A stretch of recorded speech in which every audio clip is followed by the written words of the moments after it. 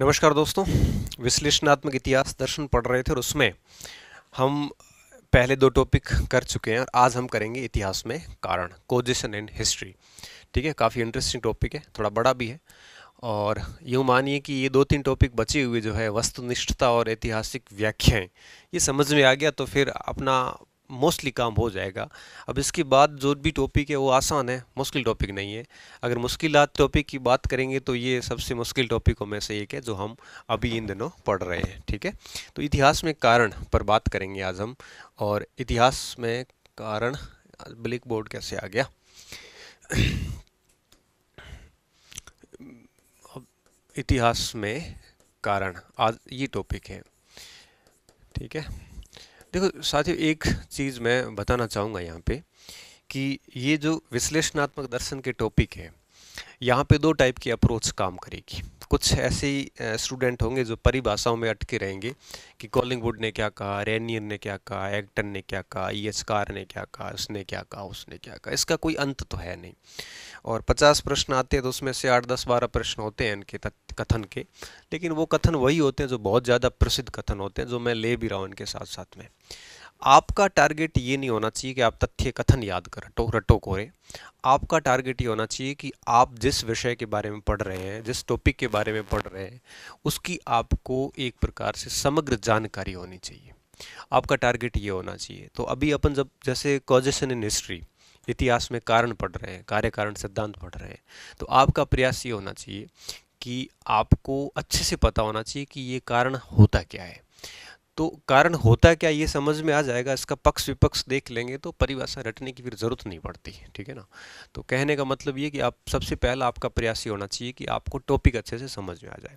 आपका दूसरा प्रयास ये होना चाहिए कुछ परिभाषाएं भी याद हो जाए। ठीक है, तो पहली चीज़ है इतिहास में कारणत्व, उसको हमें समझना है। इसमें हम क्या क्या देखेंगे, तो थोड़ा सा इसकी परिभाषा और परिचय कर लेंगे।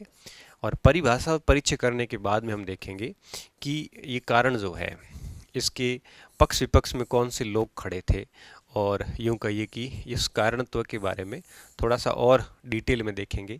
तो परिभाषा में सामान्य चीज़ें आ जाएगी और कारणत्व में वो सारी बातें आएगी इतिहास इस कोजेशन के अंदर जो विभिन्न इतिहासकारों ने कही है। इसके बाद देखेंगे इतिहास में नियति की नियति। ठीक है, और उसके बाद में डिटर्मिनिज्म हम कह सकते हैं, इतिहास में संयोग। और इसके बाद में देखेंगे इनविटेबिलिटी या अवश्यम भाविता, अवश्यम भाविता। ठीक है, इनविटेबिलिटी, चांसेस, डिटर्मिनिज्म। ठीक है, और कॉजेशन इन हिस्ट्री, ये 5 तत्व इस टॉपिक के अंदर हम देखने वाले हैं। एक एक को समझेंगे अच्छी तरीके से। सबसे पहले विद्यार्थियों देखिए कि कारणत्व क्या होता है। तो सबसे पहले हम अभी ये देखेंगे कि कारण है क्या, ये समझेंगे। फिर देखेंगे कि विभिन्न विद्वान इसके बारे में क्या राय रखते हैं। ठीक है, फिर देखेंगे, देखो मैं एक एक एग्जाम्पल देके सारी चीज़ क्लियर कर लेता हूँ, पूरे 500 बिंदु एक साथ समझाता हूँ। जैसे मौर्य साम्राज्य, जैसे कि अपन हर बार एक ही उदाहरण लेके चल रहे हैं तो उसी पे आते हैं अपन। अब मौर्य साम्राज्य का पतन हुआ। ठीक है, पतन हुआ, ये ऐतिहासिक तथ्य है, घटना है। इसके पीछे कारण क्या रहे। ठीक है, कोई कहता है कि ब्राह्मण विरोधी नीति कारण रहा, कोई कहता है कि अशोक की धम्म नीति कारण रहा, कोई कहता है कि प्रशासनिक शिथिलता उसका कारण रहा, कोई कहता है कि आर्थिक रूप से मैनेजमेंट सही नहीं हुआ। बहुत सारे, कुछ किसी ने तो ये कहा कि अशोक की अदूरदर्शिता, उसे ऐसे चीन की दीवार जैसी दीवार बना देनी चाहिए थी तो आक्रमणकारी नहीं आते और साम्राज्य बच जाता, जो भी। तो अब उस घटना के पीछे के जो कारण है वो अगर हम तलाश लेते हैं तो किसी भी घटना के पीछे क्या कारण जिम्मेदार रहे होंगे उनका अध्ययन करना। और ये इतिहास ऐसा मानता है कि इतिहास की हर घटना के पीछे कोई न कोई कारण होता है। जैसे हम पढ़ते हैं ना बौद्ध धर्म में प्रतीतय समूतपाद। प्रतीतय समूतपाद क्या है, वो ये कहता है कि हर कार्य के पीछे कोई न कोई कारण होता है, बिना कारण के कोई कार्य नहीं होता। कारण को समाप्त कर देंगे तो कार्य अपने आप समाप्त हो जाएगा। आप इतिहास दर्शन पढ़ रहे हो, जो कार्य कर रहे हो ना, इसके पीछे आपका एक कारण है। वो कारण क्या है, कारण है असिस्टेंट प्रोफेसर का एग्जाम। अगर वो भर्ती खत्म कर दे अभी तो आप मेरा एक भी लेक्चर नहीं देखोगे, मुझे पूरा विश्वास है, तो कार्य कारण सिद्धांत क्या कहता है कि हर कार्य के पीछे कोई न कोई कारण होता है। तो हर ऐतिहासिक कार्य के पीछे कोई न कोई कारण है। कोई भी कार्य हो इतिहास का, ये युद्ध हो, चाहे कोई नीति हो, चाहे कोई पतन हो, चाहे वो राजत्व हो, जो भी इतिहास। अब अच्छा, आप कहोगे कार्य क्या होता है सर? कार्य ये है, जैसे गुप्तकालीन कला ये भी कार्य है, गुप्तकालीन आर्थिक नीतियाँ भी कार्य है, मौर्य काल की हो नीति हो, कोई भी बात हो, ये सब कार्य है। इन सब के पीछे कोई न कोई कारण रहा है, और यही कारण हमें तलाशना होता है इतिहासकारों को। तो कारण क्या होता है इतिहास में? कि हर घटना के पीछे का जो मूल कारण होता है वो अपने आप में ये कारणत्व है। अगर कोई घटना ऐसी होती जिसके पीछे कोई कारण मिलता नहीं अपने को, अब जब कोई कारण नहीं मिलता तब हम कह देते हैं कि ये नियति के अनुसार हुआ है। नियति का क्या मतलब हुआ? नियति का मतलब ये हुआ कि हमने कुछ नहीं किया, भगवान की मेहरबानी से अपने आप ही हो गया, या ईश्वर यही चाहता था, डेस्टिनी यही चाहती थी, नियति यही चाहती थी। जब कोई कारण नहीं मिलता हम नियति का नाम दे देते हैं। कुछ ये होता है कि कुछ ऐसी घटनाएं होती जिनके पीछे संयोग जिम्मेदार होते हैं, संयोग सी हो जाता है, अकस्मात ही कोई चीज़ हो जाती है जो इतिहास की धारा को बिल्कुल विपरीत दिशा में मोड़ देती है, या इतिहास की धारा को बदल देती है। कुछ घटनाएं ऐसी होती है जो जिनके पीछे कोई भी कारण न भी हो तो भी वो घटित होके ही रहेगी, अवश्यम भावी, इनविटेबिलिटी, उन घटनाओं को अपन टाल नहीं सकते। ठीक है ना? तो ये सारी बातें इतिहास में कारण में आ जाती है। तो अपन एक एक को समझेंगे, कहीं से भी सवाल बन सकता है। इस पूरे टॉपिक से दो टाइप के सवाल बनते हैं। पहला टाइप तो ये बनता है कि कारण क्या है, ये नियति क्या है, संयोग क्या है, और अवश्यम भाविता क्या है। ठीक है, एक तो सवाल इस नेचर का बनता है। दूसरा सवाल बनता है, किसी विद्वान की परिभाषा पूछ सकते हैं। तीसरा जो कारण सबसे महत्वपूर्ण वो ये बन सकता है कि कौन कारणत्व के खिलाफ था, कौन पक्ष में था, कौन नियति के खिलाफ था, कौन इसके पक्ष में था, कौन इसके खिलाफ था, कौन इसके पक्ष में था, कौन इसके खिलाफ था, कौन इसके पक्ष में था। तीन टाइप के प्रश्न विद्यार्थियों बनते हैं। अपन एक एक को फोकस करते हुए चलेंगे। सबसे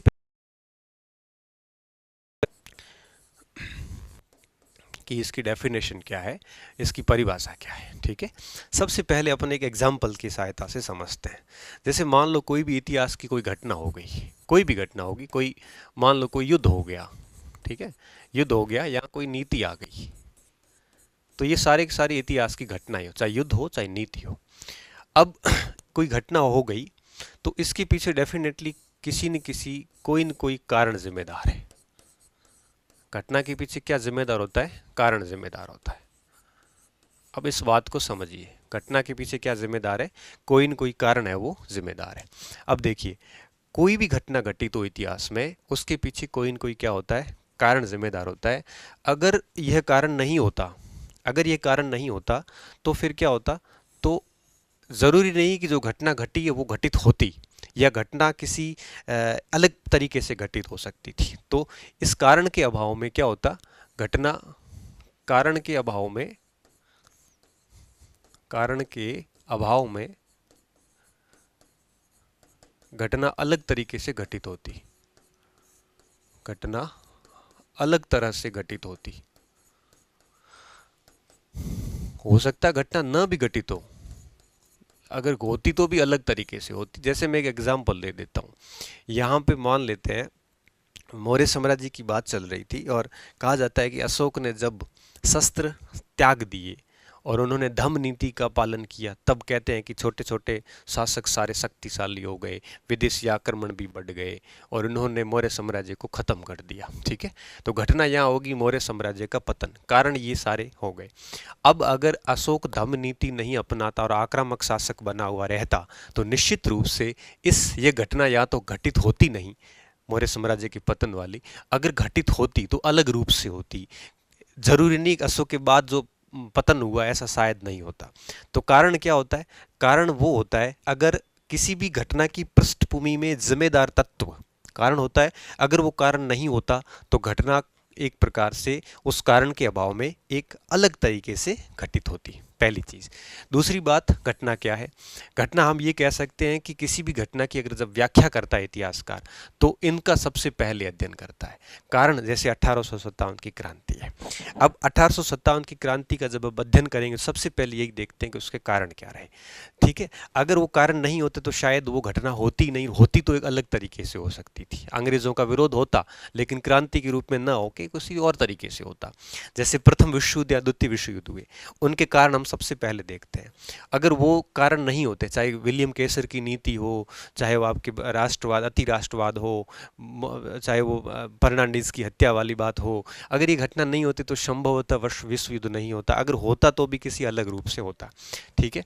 अच्छा, उस घटना की व्याख्या करने के लिए भी, अगर उस घटना की व्याख्या करनी हो तो हमें जिन तत्वों का अध्ययन करना पड़ता है वो कारण होते हैं। कोई भी घटना होती है, उस घटना की जब अपन व्याख्या करनी पड़ती है, तो जिन तत्वों की हम व्याख्या करेंगे वो तत्व क्या होते हैं? कारण होते हैं। तो घटना की व्याख्या के लिए जरूरी तत्व, घटना की व्याख्या के लिए जरूरी तत्व, व्याख्या के लिए जरूरी तत्व। ठीक है। अब देखिए, तो घटना क्या है, कारण क्या है? कारण ये है कि किसी भी घटना के पीछे जिम्मेदार तत्व है, उसके बिना या तो घटना घटित नहीं होती, अगर होती तो एक अलग तरीके से होती। तो यूं कह सकते हो कि घटना के पूर्व की अनिवार्य शर्त, क्या कह सकते हो? घटना के पूर्व की अनिवार्य परिस्थिति कह सकते हो, शर्त कह सकते हो। कारण क्या होता है? घटना के पूर्व की अनिवार्य अनिवार्य शर्त कह सकते हो, या परिस्थिति कह सकते हो, सिचुएशन कह सकते हैं। ठीक है। अब देखिए, और क्या हो सकती है? घटना की परिभाषा क्या दी जा सकती है? अब कोई भी जब घटना होती है तो उसके पीछे कोई न कोई कारण जिम्मेदार होता है। ये कारण है, ये कार्य है। ये क्या है? कार्य है। इस कार्य को हम घटना कह रहे हैं, चाहे वो युद्ध हो, चाहे नीति हो, कोई भी हो, उसको हम कार्य बोल रहे हैं, भी कहते हैं। और इसकी सबसे पहली बार व्याख्या भी अरस्तु ने की थी, जिसको अपन आगे डिटेल से समझने वाले हैं। तो कारण क्या होता है? कारण, तीन बातें हमने कर ली। इसके अलावा क्या होता है? अब जो कारण का मतलब ये भी हो गया, जो कर्ता है, कर्ता कौन है? अब यहाँ पे जैसे प्रथम विश्व युद्ध लें, तो यहाँ पे प्रथम विश्व युद्ध में कर्ता जर्मनी, विलियम केसर, बिस्मार्क, है ना, ये सारे के सारे कर्ता थे। सेकेंड वर्ल्ड वार लें तो आपके हिटलर हो, चाहे मुसोलिनी हो, ये सारे कर्ता थे। 1857 की क्रांति ले लें तो अंग्रेज खुद कर्ता थे, उनके कारण ही वो सब कुछ हुआ था। तो कर्ता का मतलब क्या हुआ? कार्य करने वाला। ये घटना, कार्य का मतलब घटना, इस घटना को संपादित करने वाला क्या कहलाता है? आपके कर्ता कहलाएगा। अब कर्ता के द्वारा ये कारण पैदा किया गया है। किसके द्वारा? कर्ता के द्वारा कारण पैदा किया गया है। और अगर इस कर्ता के जो इरादे थे, कर्ता के इरादे, अगर अपने को इरादों का अध्ययन करना हो, इनके इरादे अगर जानने हो, तो भी एक प्रकार से कर्ता के इरादे किससे प्रेरित थे? इरादे क्या थे?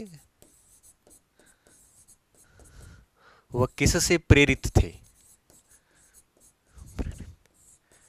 उद्देश्य क्या था उसका? उद्देश्य क्या था?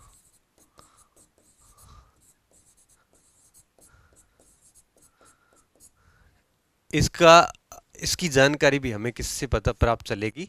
इन कारणों के अध्ययन से पता चलेगी। तो हम इन कारणों को चार टाइप से परिभाषित कर सकते हैं। पहली टाइप कि कारण के अभाव में कारण क्या हुआ? मैं उम्मीद कर रहा हूँ आपको अच्छे से समझ में आ गया होगा। कोई भी घटना के पीछे कोई कारण जिम्मेदार होता है। अगर ये कारण नहीं होता तो या तो ये घटना होती नहीं, अगर होती तो भी अलग तरीके से होती। पहली चीज। दूसरी बात, ये कारण जो है ये अपने को घटना की पूरी व्याख्या के लिए जरूरी होते हैं। ठीक है। तीसरा, घटना से पूर्व की एक अनिवार्य शर्त है। क्यों? क्योंकि इसके बिना वो घटना नहीं होती। चौथी बात, कर्ता जो है, इस कारण का, घटना का जो जिम्मेदार है, उस कर्ता के मंतव्य, उसके इरादे, उसकी उद्देश्य, उसकी प्रेरणा का पता लगाने के लिए भी हम कारणों का क्या करते हैं? अध्ययन करते हैं, और वही कारण होते हैं। ठीक है। तो कारण क्या है? ये कारण इन चार शर्तों से हम समझ सकते हैं कि कारण क्या होता है। अब ये बात है कारण की, इसको हम कार्य, ये परिभाषा में आ रहा है सारी चीज़ें। तो इसका सवाल कैसे आता है? सिंपल सा सवाल बनता है कि निम्नलिखित में से कारण है। ठीक है। अगर अपन एक लाइन में कहें, एक लाइन में कहे तो इतिहास क्या है? इतिहास विभिन्न प्रकार की ऐतिहासिक घटनाओं का क्रमबद्ध एक प्रकार से प्रस्तुतिकरण है। कोई इतिहास क्या है? ऐतिहासिक तथ्यों की या ऐतिहासिक घटनाओं की क्रमबद्ध प्रस्तुतिकरण है, और प्रत्येक घटना के पीछे कोई न कोई कारण जिम्मेदार होता है। और हम इसलिए कहते हैं कि इतिहास का जो अध्ययन है ये एक प्रकार से कारणों का अध्ययन है। ये ऐसा ई.एच. कार कह के गए। तो देखिए ई.एच. कार की परिभाषा कितनी परफेक्ट है। देखिए ये कार क्या कहे गए कि इतिहास का अध्ययन कारणों का अध्ययन है। से सहमत हूं। इतिहास का अध्ययन अध्ययन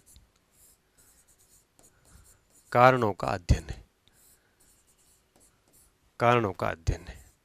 देखिए इस बात के पीछे दो चीजें हो रही है। एक तो कार्य कारण सिद्धांत के समर्थक थे ई.एच. कार, और दूसरी बात उन्होंने क्या बताया है?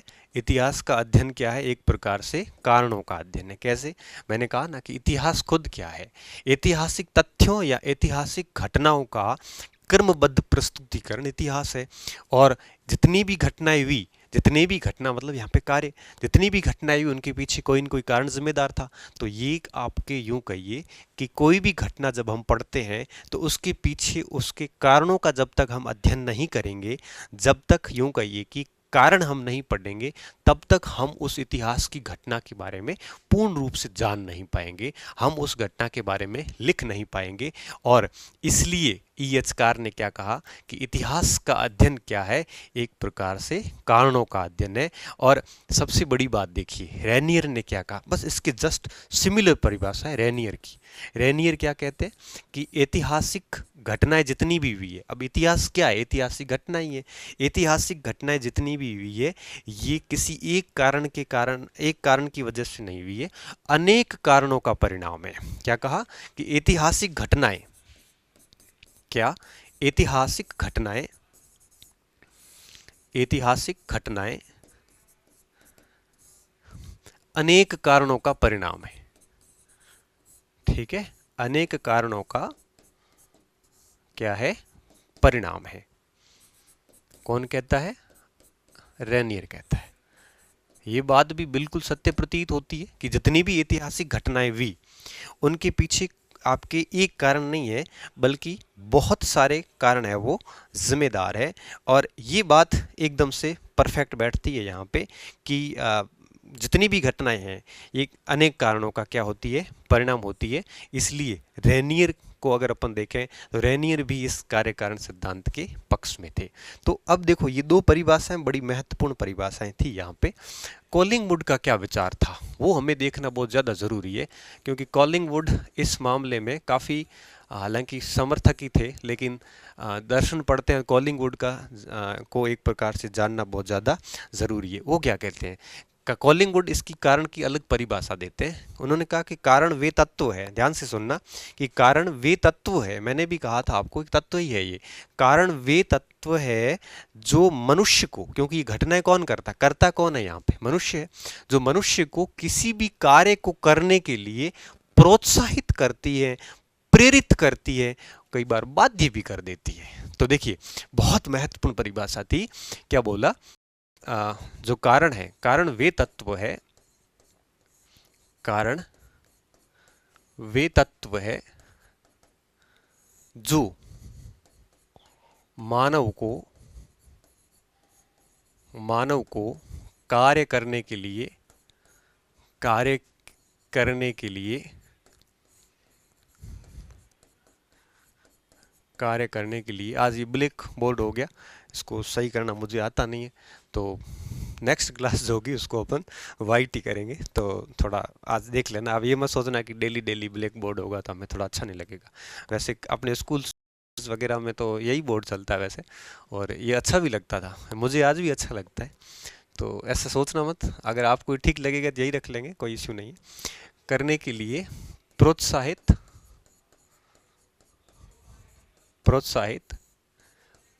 प्रेरित व बाध्य करती है।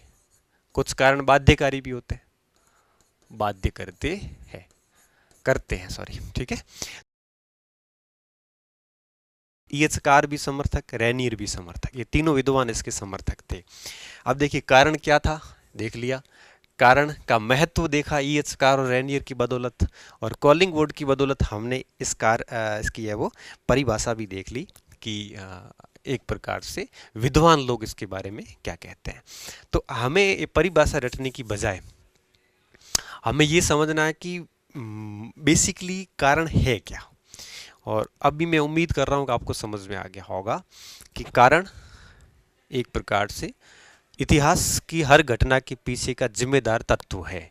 हल्दी घाटी का युद्ध था, उसके पीछे भी कारण था। क्रांति हुई, उसके पीछे कारण था। किसान आंदोलन हुए, उसके पीछे कारण था।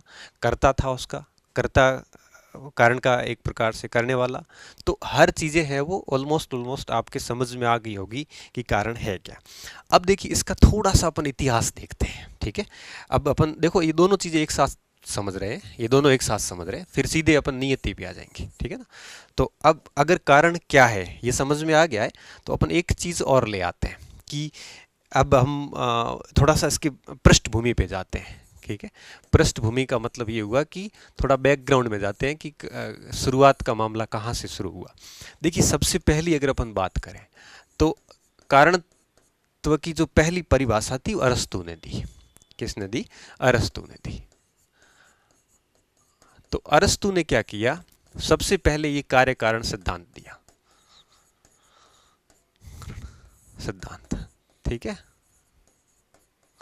देखो ये कार्य कारण सिद्धांत लिखा है, इसका मतलब ये मत समझना कि ये कारण से अलग है। कारण का एक ही बात एक ही है, कारण दिखता है, सॉरी कार्य दिखता है, कारण दिखता नहीं है, ठीक है ना। वो हार्डवेयर सॉफ्टवेयर वाली बात है। कार्य हार्डवेयर एक टाइप से, और कारण जो है उसके पीछे का सॉफ्टवेयर है, ठीक है। तो अरस्तु जो है ये पहली बार इस कार्य कारण का सिद्धांत देते हैं। अरस्तु क्या कहते हैं कि जो इतिहास है, इस इतिहास में हर कार्य किसी न किसी कारण से प्रेरित था, ठीक है, ऐसा अरस्तु बोलते हैं। तो ऐसा माना जाता है कि इतिहास के अंदर इस कार्य कारण सिद्धांत की पहली बार जो व्याख्या की गई, वो पहली बार व्याख्या किसके द्वारा की गई? पहली बार व्याख्या की गई अरस्तु के द्वारा, ठीक है। अरस्तु ने इसकी पहली बार व्याख्या की। उसके बाद देखिए थोड़ा और अपन अंदर जाए, हेरोडोटस। हेरोडोटस ने भी कार्य कारण सिद्धांत का एक प्रकार से महत्व बताया है, समर्थक थे ये। महत्व क्या बताया इन्होंने कहा था कि कोई भी कार्य जब होता है तो उसके पीछे कहीं न कहीं कारण जिम्मेदार होते हैं। जैसे उसने खुद ने एग्जाम्पल दिया कि मैं इतिहास लिख रहा हूँ, इसके पीछे का मेरा एक कारण है, कार्य मेरा है इतिहास लिखना। कारण क्या है? कारण ये है कि मुझे वो जो ग्रीक, यूनान और ईरानियों के बीच, वो बर्बर जातियों के बीच में जो संघर्ष हुआ उसे जिंदा रखना है, ताकि भावी पीढ़ियों तक वो सारी बातें पहुंच सके। तो मेरे इस इतिहास लिखने के कार्य के पीछे का जो कारण है वो क्या है? वो आपके उस संघर्ष को जिंदा रखना है जो आपके भावी पीढ़ियों तक सुरक्षित रह सके, ठीक है। तो इन्होंने ये बताया। थ्यूसिडाइसिस के बारे में ये माना जाता है कि उनको कारणत्व का ज्ञान नहीं था, उन्होंने उपयोग नहीं किया, इसकी आलोचना होती है। थ्यूसिडाइसिस, ठीक है। थ्यूसिडाइसिस की आलोचना की जाती है। क्यों आलोचना की जाती है? क्योंकि ऐसा माना जाता है कि इनको कारण सिद्धांत का या तो ज्ञान नहीं था, या इन्होंने उसका उपयोग है वो नहीं किया, इस वजह से उनकी क्या की जाती है? आलोचना की जाती है। इसके अलावा अगर थोड़ा और देखें तो मॉन्टेस्क्यू ने इसकी बाकायदा व्याख्या की है और अच्छी तरीके से की है, ठीक है। मॉन्टेस्क्यू ने क्या किया है? कारणत्व सिद्धांत की व्याख्या की है, ठीक है। ये कुछ पुराने लोगों की जो इतिहासकार, दार्शनिक वगैरह हुए, उनके बारे में अपन बात कर रहे हैं, ठीक है। तो जैसे ईएचकार तो समर्थक थे ही, और ईएचकार ने कहा भी था कि अतीत का अध्ययन, इतिहास अपने आप में कारणों का ही अध्ययन है। और ईएचकार ने यह भी कहा था कारण सिद्धांत के एग्जाम्पल में कि कोई भी राजवंश हो, उसका, ये भी स्टेटमेंट आप नोट कर लेना, कि कोई भी राजवंश हो, उसका उत्थान, उसका राजत्व काल, जैसे अपन विकसित काल भी कह सकते हो, वो तथा उसका पतन किसी न किसी नैतिक, सामाजिक, आर्थिक, राजनीतिक कारणों से प्रेरित होता है। पतन भी कारणों से कारण होता है, उत्थान भी किसी कारण से होता है, और वो विकसित अवस्था में रहता है, उसके पीछे भी कई कारण होते हैं। तो ये बातें आपको ध्यान रखनी थी, ये उसकी पृष्ठभूमि में जाते हैं। तो अब बात पृष्ठभूमि में आ गई, तो इसमें सवाल क्या पूछा जा सकता है? थोड़ा अरस्तु का देख लेना, बाकी थोड़ा सा समझ आधारित बातें हैं, तो अगर ध्यान रखोगे तो थोड़ा ठीक रहेगा। अब देखिए कॉलिंगवुड की थोड़ी सी मैं यहाँ पे आलोचना करूंगा, मैं नहीं कर रहा हूँ, एडवर्ड मेयर कर रहे हैं। क्या कर रहे हैं देखिए, कॉलिंगवुड कॉलिंगवुड ने क्या कहा था, कॉलिंगवुड थोड़े से ज़्यादा ही एक प्रकार से संकीर्ण हो गए। इन्होंने कहा था कि कोई भी जो कार्य है, देखो मनुष्य मस्तिष्क से प्रेरित होता है, ठीक है, मनुष्य के मस्तिष्क से प्रेरित है।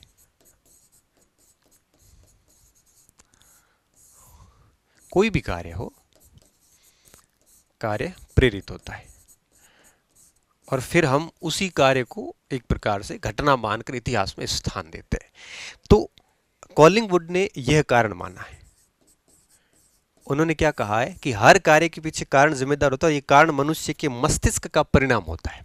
ध्यान से समझना, बड़ी इंटरेस्टिंग बात है कि हर कार्य के पीछे कोई कारण होता है, ये तो अपन देख ही रहे हैं, और वो कारण जो है वो मनुष्य के मस्तिष्क की का परिणाम है, मनुष्य के मस्तिष्क की उपज होती है, ऐसा उन्होंने कहा है। एडवर्ड मेयर ने इनकी आलोचना की। आलोचक कौन हुए? Edward mayor. कारणवाद के आलोचक नहीं थे,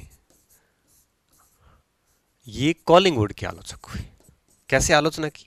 उन्होंने ये कहा कि जब भी कोई घटना होती है तो जरूरी नहीं है कि मनुष्य के मस्तिष्क की उपज के कारण होती है। उन्होंने ये कहा कि कोई भी घटना के पीछे भौतिक कारण भी कई बार जिम्मेदार होते हैं। जैसे उन्होंने कहा कि जब नेपोलियन ने रशिया का अभियान किया तो हिमपात की वजह से वो अभियान असफल हो गया। फिर उन्होंने कहा कि जैसे मोहम्मद बिन तुगलक ने दोआब में कर वृद्धि की, तो उन्होंने कहा कि उसकी असफलता का कारण जो था वो अकाल और अतिवृष्टि था, सॉरी अनावृष्टि था। ठीक है, ऐसे कई सारे उदाहरण दिए इन्होंने। तो उन्होंने क्या कहा, एडवर्ड मेयर ने आलोचना किस बेस पे की? इन्होंने कहा कि केवल मानवीय कारण जिम्मेदार बताना गलत है, मानवीय कारण को जिम्मेदार बताना गलत है। मानवीय कारण के साथ साथ भौतिक कारण भी जिम्मेदार होते हैं, जबकि कॉलिंगवुड ने भौतिक कारणों को जिक्र नहीं किया। भौतिक कारण भी जिम्मेदार। देखो कितनी महत्वपूर्ण बात बताई कि जरूरी नहीं है कि केवल मानवीय कारणों से सारी घटनाएं हो, कुछ घटनाएं ऐसी भी होती है जो आपके भौतिक कारणों से भी होती है। तो ये आलोचना होगी। इन्होंने केवल मानवीय कारण बताया और एडवर्ड मेयर ने कहा कि मानवीय कारण केवल मानवीय कारण नहीं होते, बल्कि भौतिक कारण भी जिम्मेदार होते हैं। कार की थोड़ी आलोचना भी हुई, वो की गार्डिनर ने। किसने की? गार्डिनर ने। क्या की? देखिए,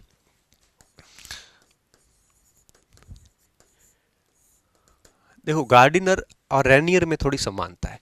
कार ने कहा था कि हर घटना के पीछे एक आधा कारण होता है। गार्डिनर ने कहा नहीं, हर घटना के पीछे जो कारण होते हैं उनको अपन दो भागों में बांट सकते हैं। गार्डिनर ने कहा कि हर घटना के पीछे एक मुख्य कारण होता है और बाकी सारे सहायक कारण होते हैं। जैसे उन्होंने फर्स्ट वर्ल्ड वार का एग्जाम्पल दिया। फर्स्ट वर्ल्ड वार के एग्जाम्पल उन्होंने क्या कहा? उन्होंने कहा कि जैसे बिस्मार्क 1875 का बिस्मार्क का जो उग्र राष्ट्रवाद था वो, उसके बाद में विलियम केसर की नीतियां हो, ठीक है ना, इसके अलावा विभिन्न प्रकार के पोलैंड वाले मामले हो, चाहे अफ्रीका का जो मामला, जिब्राल्टर वाला मामला हो, ये सारे जो मामले थे ये सहायक कारण थे। और लास्ट में जब ऑस्ट्रिया के राजकुमार फर्डिनेंड की साराजोवा में हत्या हुई, वो उसका मुख्य कारण था। तो गार्डिनर क्या कहते हैं? गार्डिनर ने ये कहा कि हमें कारणों के प्रस्तुतिकरण में एक ध्यान रखना चाहिए कि जब भी कोई घटना होती है तो उसके पीछे के जो कारण है उनमें कुछ कारण कैसे होते हैं? सहायक कारण होते हैं, और सहायक कारण और एक कारण जो होता है लास्ट में वो होता है मुख्य कारण, और मुख्य कारण के बाद घटना घटित हो जाती है, ये प्रमुख कारण होता है। ठीक है, तो इस प्रकार सहायक कारण और मुख्य कारण की बात किसने की थी? वो की थी आपके गार्डिनर ने की थी। यहाँ पे टेने को भी मैं बीच में लाऊंगा, फ्रांस के थे, मैंने पहले ही बताया वैज्ञानिक इतिहासकार थे ये टेने। देखो वैज्ञानिक इतिहासकार सारे के सारे इसमें शामिल हो रहे हैं। टेने ने क्या कहा? टेने ने कहा था कि इतिहासकार एक बुनकर की भांति है जो इतिहास को विभिन्न प्रकार के कारणों को बुनकर एक इतिहास रचता है। वैसा का वैसा उन्होंने कहा था कि इतिहासकार मकड़ी की भांति भी है। तो मकड़ी विभिन्न प्रकार से क्षेत्रों से चीज़ें लाकर अपना जाला बनाती, उसी प्रकार इतिहासकार भी विभिन्न ऐतिहासिक तथ्यों के पीछे कारणों की तलाश करता है और इतिहास को रचता है। तो ऐसे सवाल पूछते हैं कि किस इतिहासकार किसने है वो इतिहासकार को की तुलना बुनकर वो मकड़ी से की है, तो आप कहोगे टेने ने की थी। तो ये भी एक प्रकार से समर्थक हो गए।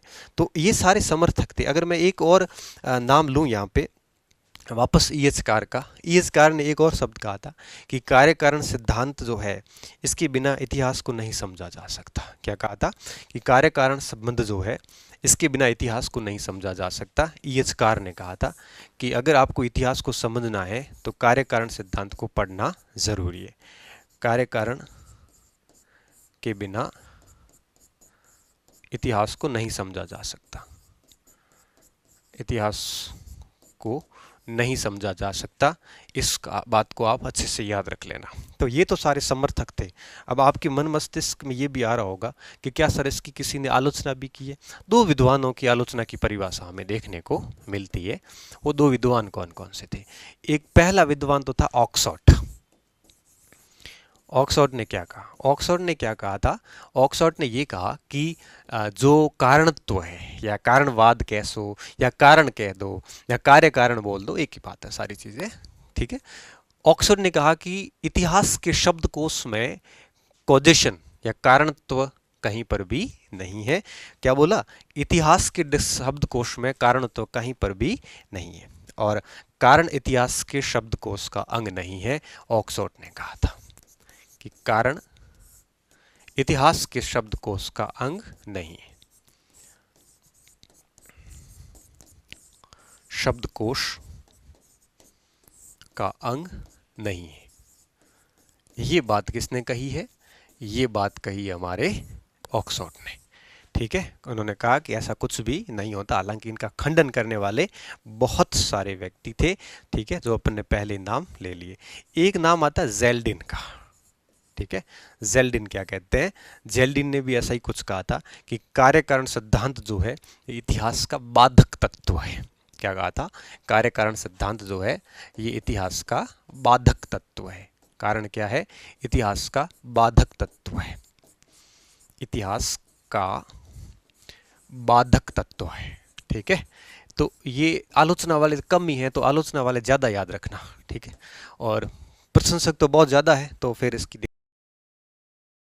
तो विद्यार्थियों ये था हमारा कारणत्व। और हमने क्या क्या देख लिया? देखो, आलोचनाएं कर ली ऑक्सफोर्ड और जेल्डिन की, बाकी प्रशंसक देख लिए, इसकी पृष्ठभूमि देख ली थोड़ी सी, और इसकी परिभाषा देख ली। अब देखिए ये दो बातें हो गई पूरी।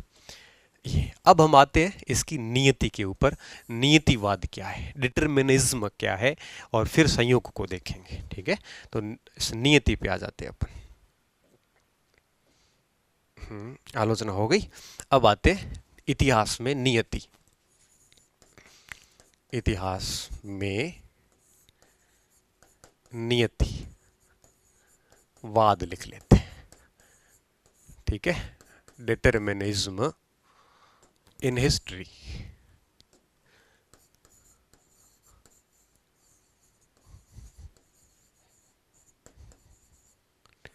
Determinism in history.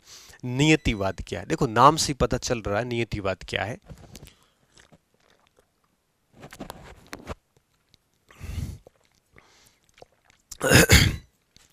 नियतिवाद का यहाँ पे ये मतलब है कि इतिहास में जब भी कोई घटना घटती है, जैसा हमने पीछे देखा, इतिहास में जो भी कोई घटना घटती उसके पीछे कोई कारण नहीं होता। देखो ये नियतिवाद एक टाइप से कारणवाद का खंडन कर रहा है कि कोई कारण नहीं होता।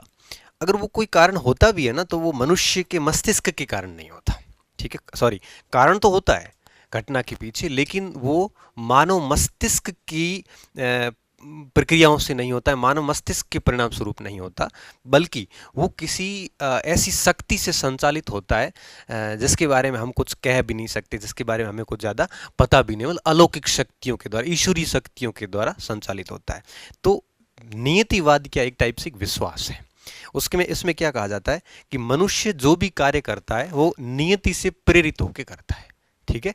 मनुष्य जो भी कार्य करता है वो अपने दिमाग से नहीं करता, बल्कि नियति से, डेस्टिनी से प्रेरित होकर कर रहा है, ठीक है। ऐसा माना गया। देखो ये साइंटिस्ट के तो खिलाफ है, लेकिन इतिहासकारों ने ऐसा माना है, सॉरी।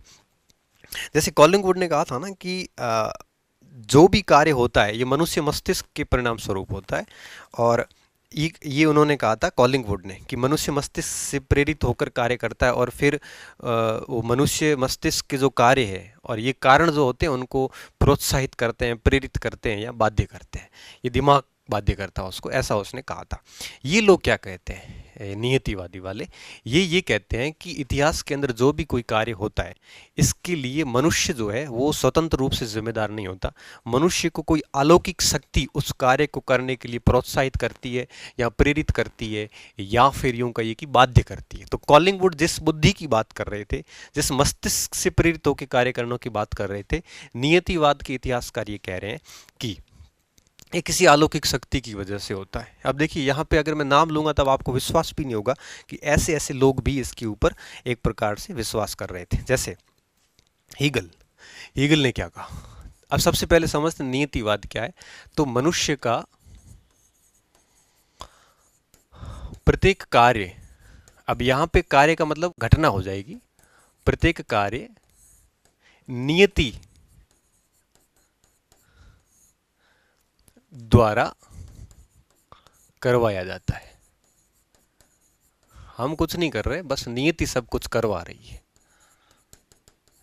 ये कह रहे हैं कि मनुष्य अपने मस्तिष्क से स्वतंत्र रूप से सोच के कार्य नहीं कर रहा है, बल्कि डेस्टिनी उसको करवा रहे हैं। हम भी कई बार कहते हैं ना कि बस भगवान ने करवाया और मैंने कर लिया। गाँव में तो ये भी अवधारणा होती है कि बस जैसे 4 बच्चे हो गए बस भगवान की दया से हो गए, वो भी उसको भी नियतिवाद मानते हैं, हम उसको गांव के लोग मानते हैं। तो हर घटना के पीछे एक प्रकार से दो मत हो सकते हैं। या तो व्यक्ति ने दिमाग से काम किया है सोच के, या उसने नियति से या भगवान ने उसको करवा दिया। हीगल जैसे लोग भी, हीगल ने ये कहा था कि एक कोई विश्व आत्मा है जो ऐसे कार्य करवाती है। हीगल ने विश्व आत्मा शब्द दिया। ठीक है, मैं एक एक के नाम लिख लेता हूँ। हीगल ने कहा था कि करवाया जाता है, किसके द्वारा? हीगल ने कहा था विश्वात्मा के द्वारा करवाया जाता है। कोई ऐसी अलौकिक शक्ति है, विश्वात्मा कोई अलौकिक शक्ति है। ठीक है, अलौकिक शक्ति। एडम स्मिथ जैसे अर्थशास्त्री, लेस इज फेयर, कल्याणकारी अर्थव्यवस्था, वेल्थ एंड नेशन पुस्तक, उसमें एडम स्मिथ क्या कहते हैं? एडम स्मिथ ने कहा कि कोई गुप्त हस्त, हिडन हैंड कार्य करवाता है। एडम स्मिथ क्या कहते हैं कि ऐसे जो कार्य होते हैं कोई न कोई गुप्त हस्त करवाता है, हिडन हैंड करवाता है, गुप्त हस्त कहता हूं, वो कार्य करवाता है। खालदून ने भी यही कहा था। खालदून हालांकि खिलाफ थे, फिर भी उन्होंने अवयवी व्याख्या की थी। उन्होंने कहा था कि एक वंश जो है वो एक प्रकार से उत्पन्न होगा, फिर वो विकसित होगा, पराभव होगा और अंत होगा, इसको आप टाल नहीं सकते, ये होना तय है। तो इनकी अवयवी व्याख्या जो थी वो भी नियतिवाद पर ही थी। अवयवी व्याख्या भी नियतिवाद पर ही थी, नियतिवाद से प्रेरित थी। खालदून की भी, हीगल, खालदून, एडम स्मिथ जैसे नाम तो आते ही आते हैं। साथ में कार्ल मार्क्स ने भी अलौकिक शक्ति की बात की थी। किसने? कार्ल मार्क्स ने भी। और उन्होंने कहा था, कार्ल मार्क्स ने, आपको पता हो तो, कि इतिहास में कुछ ऐसे संयोग हुए जो इन अलौकिक शक्तियों की वजह से हुए। और उन्होंने कहा कि अगर ये संयोग नहीं होते तो इतिहास बड़ा रहस्यवादी होता। ऐसा कार्ल मार्क्स ने भी कहा था। तो कार्ल मार्क्स जैसे लोग भी एक प्रकार से इसके समर्थक थे। तो इसका मतलब क्या है संयोग नियति का? कि मनुष्य जो भी कोई कार्य करता है वो अपनी बुद्धि से न करके किसी न किसी अलौकिक शक्ति के द्वारा प्रेरित होकर व्यक्ति उस इतिहास की धारा में बह के कार्य करता है, उसको पता ही नहीं उसने क्या किया है। तो ये इनका कहने का मतलब है। ऐसे बहुत सारे उदाहरण उन्होंने दिए हैं। उन्होंने कहा कि एक व्यक्ति सबसे पहले बच्चा होता है, फिर धीरे धीरे वो बच्चा बड़ा होता है, वयस्क होता है, वृद्धावस्था में जाता है और फिर मर जाता है। ये इतिहास की धारा है, चाहे वंश हो चाहे व्यक्ति हो, सभी के साथ ऐसा, ये नियति है उसकी, उसको मरना ही है, ये अटल सत्य है। तो उन्होंने कहा कि इतिहास ये एक प्रकार से अटल सत्य, मनुष्य की चेतना उसको परिवर्तित नहीं कर सकती, ऐसा कहा गया है इस नियतिवादियों ने। आगे इन्होंने क्या कहा? जैसे कोई वृद्ध व्यक्ति हो गया, बीमार हो गया, उसको आप कितनी भी औषधियाँ दे दो, टैबलेट्स दे दो, उसका कितना भी ट्रीटमेंट कर लो, आप थोड़े दिन रोक पाओगे, उसको मरना है, वो उसकी नियति है, वो मरेगा ही मरेगा, उसकी नियति में उसको मरना ही है, आप उसको कुछ दिन रोक सकते हो। इन्होंने ऐसे बहुत सारे एग्जाम्पल दिए, जैसे उन्होंने कहा कि जैसे मुगल काल था, मुगल काल के अंदर जैसे हुमायूं, अकबर, सॉरी, जो बाबर आए, उन्होंने मुगल काल को स्थापित किया। फिर अकबर का काल आया, उन्होंने उसको और ज़्यादा विस्तारित किया। शाहजहाँ के काल तक आते आते उसका कलात्मक वैभव बढ़ा, और औरंगज़ेब के काल में उसका पतन हो गया, उसका मरना तय था। और इतिहासकार ये कहते हैं कि औरंगज़ेब की जगह का अकबर भी होता, औरंगजेब की जगह अकबर भी होता तो भी उसकी नियति अटल है, मरना ही था, उसको वंश को खत्म होना तय था। भली औरंगजेब, बस उसने कहा कि नियतिवादियों ने कि औरंगजेब का दुर्भाग्य था कि वो मुगल काल के ऐसे समय उत्पन्न हुआ, ऐसे समय आया जब उसकी नियति में मृत्यु लिखी थी। तो ये लोग ये मानते हैं कि कोई भी घटना जो होती है उसके पीछे मनुष्य मस्तिष्क का योगदान कम होता है, और उसकी बजाय नियति जो है वो उसको ज़्यादा प्रभावित करती है। तो शरीर, बाल्य, युवा, वृद्ध वाला उदाहरण हो गया, मुगल काल का जो मैंने उदाहरण दिया। भारतीय अगर शास्त्रों की मैं बात करूं तो भारतीय शास्त्र भी इस बात पर विश्वास करते हैं। जैसे इसमें एग्जाम्पल दिया है, चित्रकूट की जब सभा हुई तो सभा के अंदर जो राजा, जो भरत थे, भरत ने कहा कि दशरथ की मृत्यु और आपके लक्ष्मण, सीता जी और राम का वनवास मेरे कारण हुआ है। अब देखिए, कारण यहाँ पे भरत ने स्वयं को बताया है, ये कारणवाद आ रहा है यहाँ पे। लेकिन उसी समय वशिष्ठ मुनि उसी समय पास में थे। तो मुनि वशिष्ठ एक दोहे के द्वारा उनको समझाते हैं कि पार्थ, सीधा सा बोलते हैं कि जब पुरुषार्थ काम नहीं करते हैं, जब पुरुषार्थ हार जाता है, समाप्त हो जाते हैं, उस समय नियति काम करना शुरू करती है। लाभ हो चाहे हानि हो, जय हो चाहे पराजय हो, और आपके पाप हो या पुण्य हो, सब नियति द्वारा तय होते हैं, ऐसा रामायण के अंदर लिखा है। मैं महाभारत की अगर बात करूं तो श्री कृष्ण ने अर्जुन को बोला गीता के अंदर, उन्होंने स्पष्ट कहा कि मनुष्य आपके एकमात्र इच्छा का साधन और निमित्त मात्र है। यूं निमित्त मात्र का मतलब ये हुआ कि एक प्रकार से उसको शतरंज की गोटी की तरह सेट किया हुआ है, बस हम तो चल रहे हैं, खेल कोई और रहा है ये। और उन्होंने आगे क्या कहा कि कर्म सिद्धांत में उसकी, मतलब किसकी, व्यक्ति की, कर्म सिद्धांत में व्यक्ति की इच्छाओं, अपेक्षाओं का कोई स्थान नहीं होता, कोई स्थान नहीं होता इच्छाओं और अपेक्षाओं में। बस नियति जैसे खेलती है, व्यक्ति वही कार्य करता है। महाभारत का युद्ध होना नियति है, ये होके रहेगा, ठीक है। ऐसा हमारे महाभारत में, गीता के अंदर कृष्ण ने बोला। तो भारतीय शास्त्र भी ऐसा, कई ब्राह्मणों में भी उल्लेख है, वैदिक साहित्य में भी उल्लेख है, तो हमारा साहित्य भी मानता है। मतलब आप यूं कहिए कि इस नियतिवाद को कौन नहीं मानता, लगभग आप यूं कहिए कि हर कोई इस नियतिवाद को मानता है। कॉलिंगवुड इसके अड़े रहे लास्ट तक। कॉलिंगवुड ने ये कहा कि मानवीय व्यवहार जो है ये परिस्थितियों के अनुकूल चलता है, ठीक है ना, और सिचुएशन के अकॉर्डिंग मानवीय व्यवहार बदलता है, और उसके अकॉर्डिंग वो उसके कार्य बदलते रहते हैं। आप उसको नियति ना कहें। कॉलिंगवुड क्या कहते हैं, कॉलिंगवुड लास्ट तक इसके खिलाफ अड़े रहे।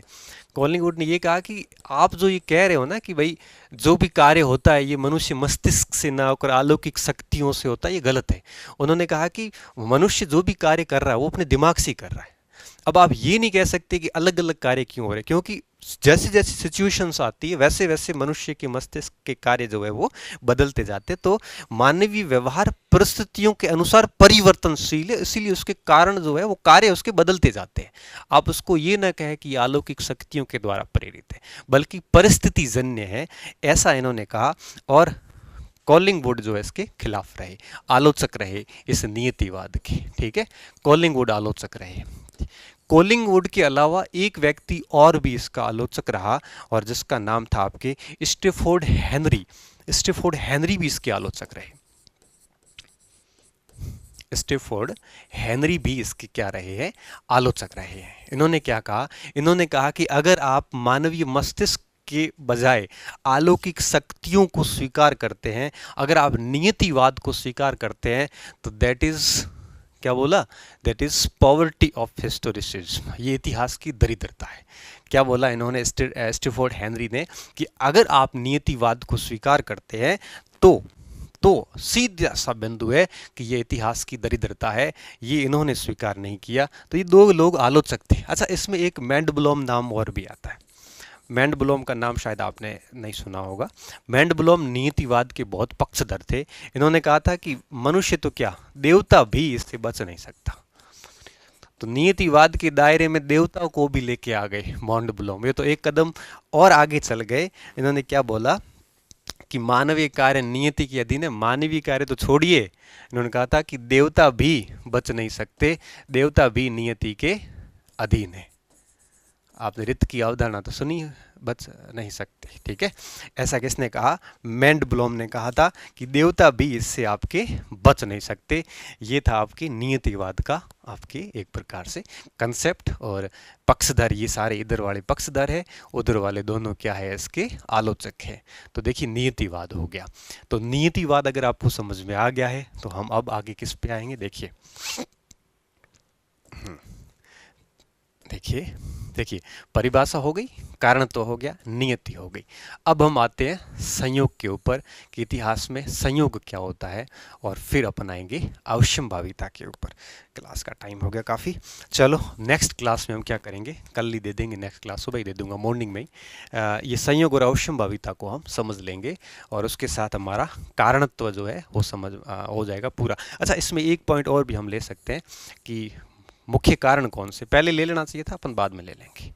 मुख्य कारण कौन से, आर्थिक कारण, सामाजिक कारण, उस टाइप से। ये तीन बातें हमारी शेष बची है, तीन बातें हम कर चुके हैं। एक बार अगर वापस थोड़ा सा रिपीट करवाऊँ मैं यहाँ पे, तो देखिए, तो ये परिभाषा सबसे पहले हमने देखी, घटना होती, घटना के पीछे कोई कारण जिम्मेदार होता है। ये कार्य होता है, घटना और कार्य के पीछे कोई कारण होता है। ये घटना के रूप है एक प्रकार से। अगर मैं इसको संक्षिप्त में कहूँ, जब भी कोई घटना घटती है तो उसके पीछे कोई न कोई तत्व जिम्मेदार होता है। उसी तत्व को हम क्या कहते हैं, कारण कहते हैं। अगर वो कारण नहीं होता तो घटना का स्वरूप अलग होता, हो सकता है कि वो घटना भी न हो। इसके अलावा घटना की व्याख्या के लिए ज़रूरी है, घटना के पीछे का ये तत्व होता है। और करता है जो घटना करने वाला, उसके इरादे, मंतव्य, उसके उद्देश्यों का हमें वो पता चल जाता है। ये ऐसे होते हैं कारण इतिहास में। कारण, कॉलिंगवुड क्या कहते हैं कि कॉलिंगवुड ये कहता है कि सारे कारण जो है ये मनुष्य मस्तिष्क के परिणाम स्वरूप होते हैं। और उन्होंने कहा कि मनुष्य मस्तिष्क के परिणाम स्वरूप होते हैं, और कारण वे तत्व होते हैं जो मानव को कार्य करने के लिए प्रोत्साहित, प्रेरित और बाध्य करते हैं। और उन्होंने क्या कहा था, ये कारण पैदा कहाँ होते हैं, मनुष्य मस्तिष्क से होते हैं। कुछ ने तो ये कहा था नियति से प्रेरित होते हैं, लेकिन कॉलिंगवुड उसके खिलाफ थे। ईएचकार समर्थक थे, उन्होंने ये तक कह दिया कि इतिहास का अध्ययन ही कारणों का अध्ययन है, ठीक है ना, क्योंकि इतिहास की हर घटना के पीछे कोई न कोई कारण है। रेनियर क्या कहते हैं, रेनियर कहते हैं कि ऐतिहासिक घटनाएं अनेक कारणों का परिणाम है। बात रेनियर और ईएचकार की लगभग सेम थी। आगे क्या हुआ, आगे हमने पृष्ठभूमि देखी कि पहली बार सिद्धांत किसने दिया, कार्य कारण सिद्धांत अरस्तु ने दिया। हेरोडोटस ने भी कहा था कि मेरे कार्य के पीछे का कारण क्या है, वो बताया था। थ्यूसिडाइस थोड़े से इसकी आलोचना की जाती है कि उन्होंने कार्य कारण सिद्धांत को या तो इग्नोर किया या उससे संबंधित नहीं थे। मॉन्टेस्क्यू राजनीतिज्ञ ने इसकी काफ़ी अच्छी से व्याख्या की थी। कॉलिंगवुड इसके फैन थे, समर्थक थे। उन्होंने कहा था कि मनुष्य मस्तिष्क, मतलब कारण जो है मनुष्य मस्तिष्क से उत्पन्न होते हैं। और इनको एडवर्ड मेयर ने थोड़ा सा कोट करके आलोचना की है कि केवल एक मनुष्य मस्तिष्क के कारण नहीं होते, बल्कि कुछ भौतिक कारण भी होते। नेपोलियन और मोहम्मद बिन तुगलक का यहाँ पे एग्जाम्पल भी दिया। उसके बाद गार्डिनर ने कारणों को दो भागों में बांट दिया। टेने ने बुनकर और मकड़ी की तुलना इतिहासकारों से कर डाली। ऑक्सफोर्ड और ज़ेल्डिन दो बड़े आलोचक हुए। उसके बाद आई नियति। नियति वाले ये मानते हैं कि कारण तो जिम्मेदार है, लेकिन वो कारण अलौकिक शक्तियों के द्वारा संचालित है, मनुष्य के मस्तिष्क के द्वारा संचालित नहीं है। और फिर उनके ये समर्थक थे और वो दोनों आलोचक थे। ये बातें सारी की सारी हमने देख ली इस नियतिवाद में। अब आगे हम क्या देखेंगे, इसके संयोग के बारे में, अवश्यंभाविता और मुख्य मुख्य कारण कौन कौन से। अच्छे रहिए, मस्त रहिए विद्यार्थियों, और इंटरेस्ट लेके पढ़ते रहिए और इन चीज़ों को अच्छी तरीके से समझते रहिए। धन्यवाद।